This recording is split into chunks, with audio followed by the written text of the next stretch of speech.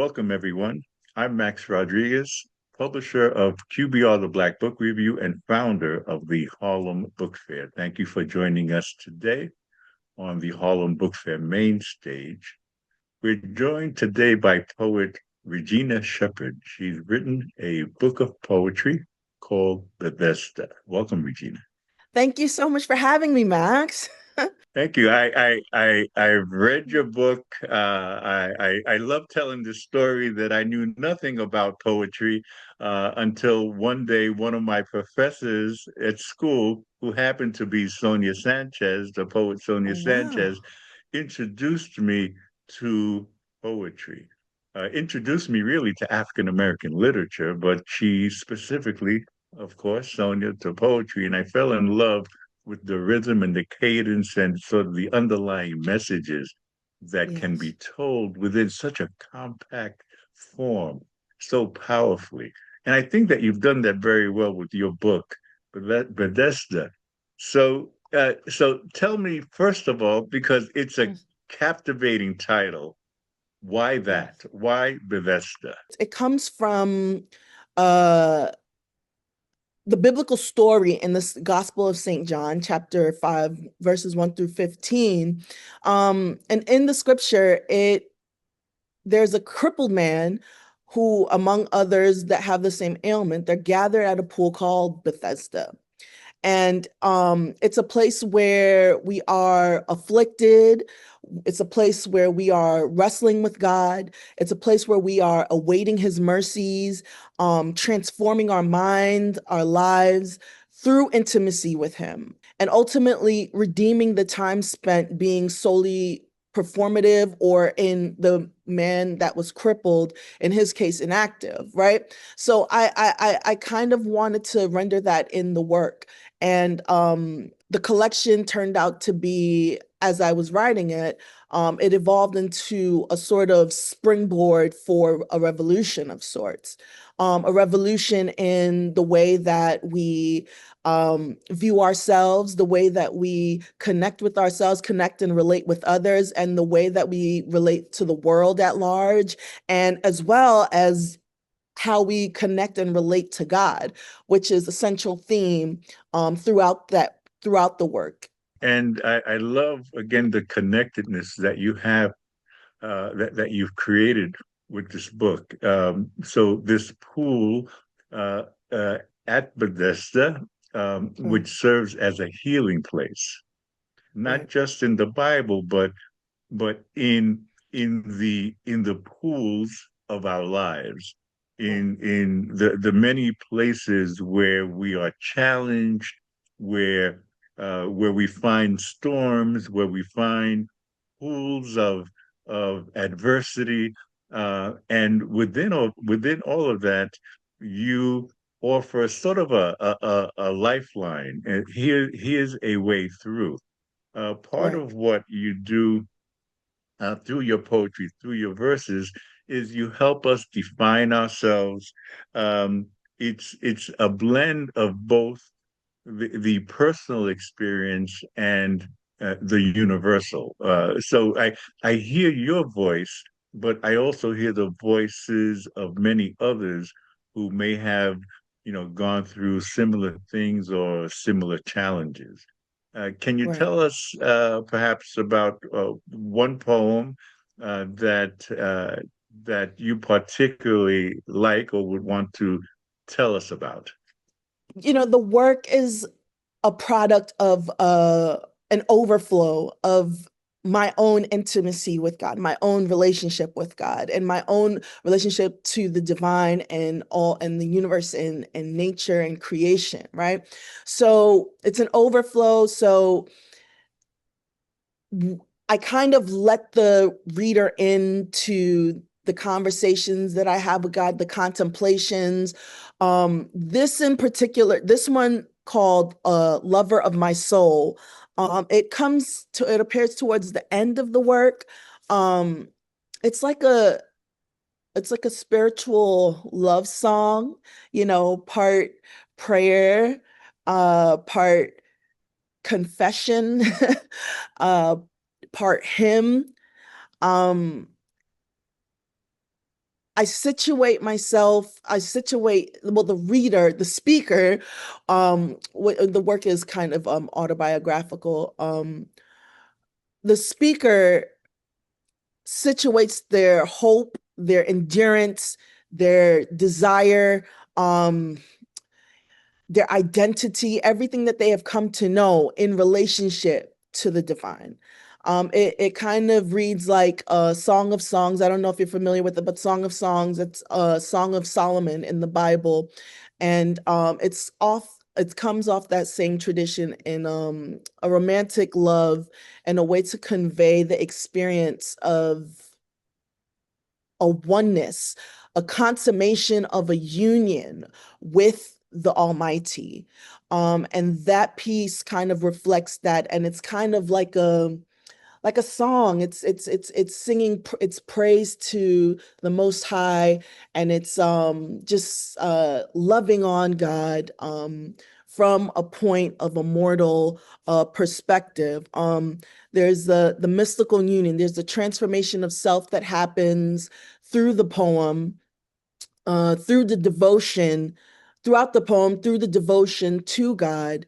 You can see as the a speaker speaks, they evolve through their understanding of God, through the understanding of themselves, through the understanding of their world, through the understanding of their journey, through their understanding of their relationship with others. It's kind of the apex of divine intimacy.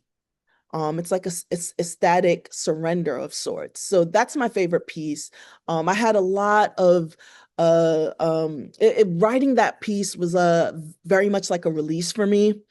Um, it very much again came from an overflow of the abundance of the feeling of just gratefulness and thankfulness that I feel when I speak about the Almighty. So that piece, Lover of My Soul, kind of that's what it's about. That's really good, and that's very exciting. The language that you use, and divine and ecstasy, and Mhm. just this language, which speaks to the book truly being a love story, but not just a love story with God, but a love story with oneself.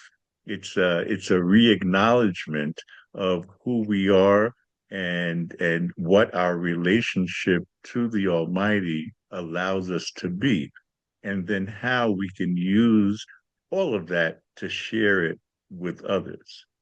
Right. It's a pretty amazing rendering for me, and I appreciate your work. One of my favorite poems was the opening poem, in fact, titled Leah, because it sort of sets the framework for everything else that follows. And I Yes. want to read just the opening stanza, Okay. because it's a calling. It's a calling to us all, especially to women. It says, "Can a woman unmade still make said woman? A little girl at that, a little boy, a man, and anybody happy?" Yeah. What a question. Tell me about that question.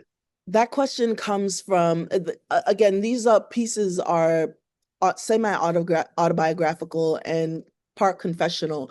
So I wrote this question to sort of capture the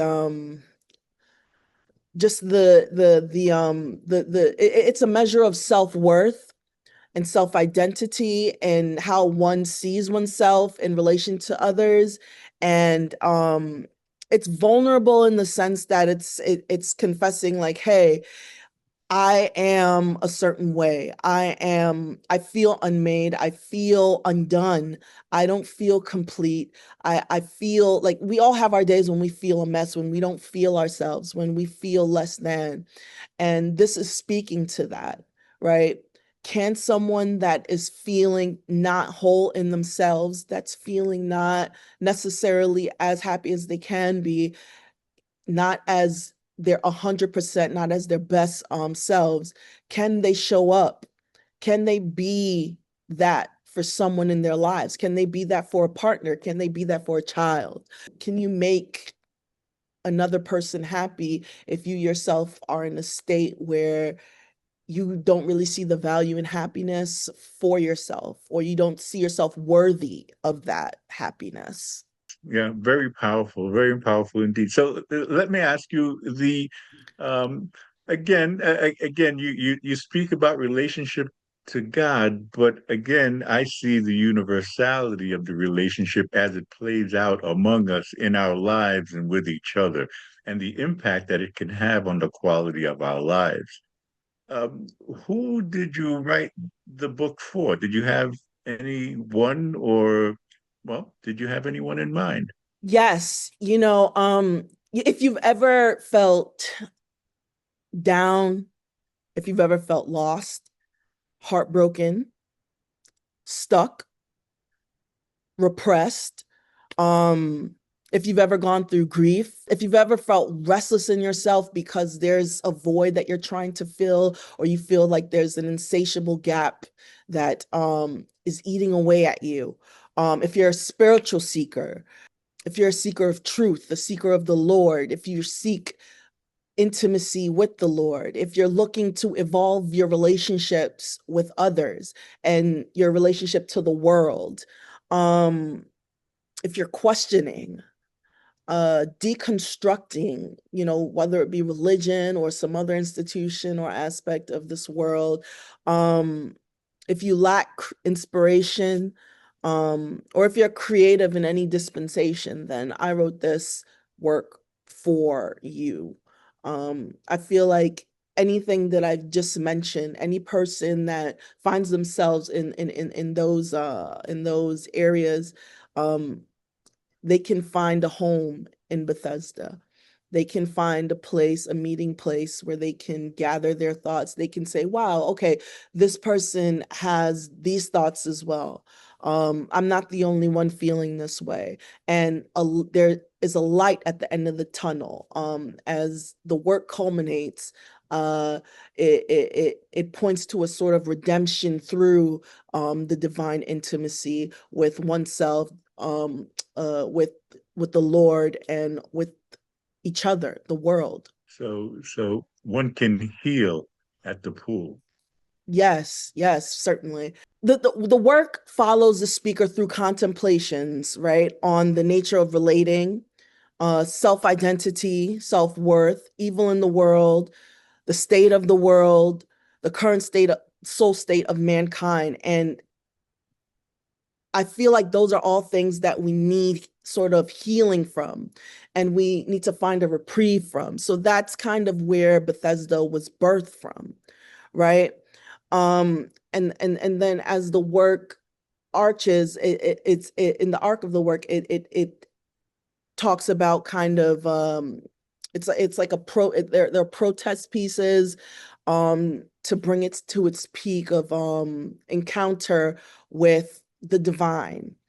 And the end sort of sees a sort of redemption that is achieved through the unison with the Lord. So this is the ultimate place that healing takes place. This is where the unison of with the Lord serves as the healing agent.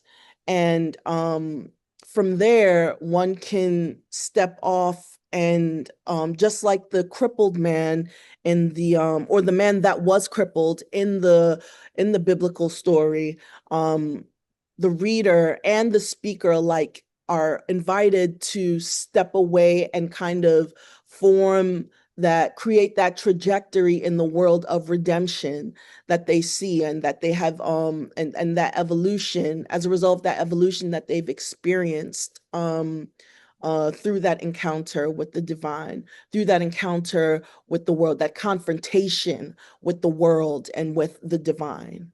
And also, as I read through the book, I found myself reading passages from different poems. So they also serve as a sort of space, a meditation space.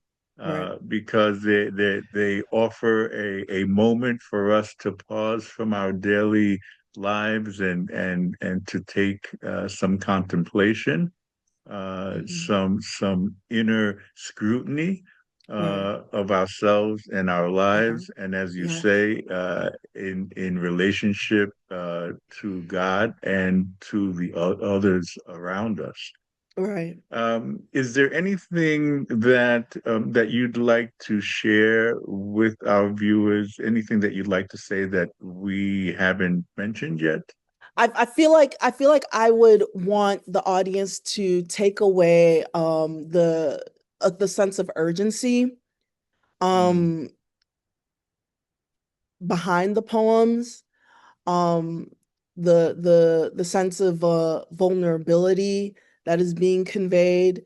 I hope they feel that. I hope it inspires them to pursue that creativity, I mean that intimacy with the Most High, with the Almighty. And I feel like I would want them to be inspired in their creativity, inspired to create something. Even if they don't find themselves like as a creative per se, they can find a reprieve in creating something, anything, in any expression of their true self. So um, the main takeaway that I would have for that I would want the audience to take away is that of the importance of intimacy with um, with God. And also intimacy with oneself, right? A Right. willingness to acknowledge one's vulnerabilities, to acknowledge where one would want to do better, and you know, a vulnerability, a willingness to express oneself honestly with others, which I think is sort of a hallmark, a key mark of your work, of your poetry. I love the honesty of your expression. Where can readers find your book?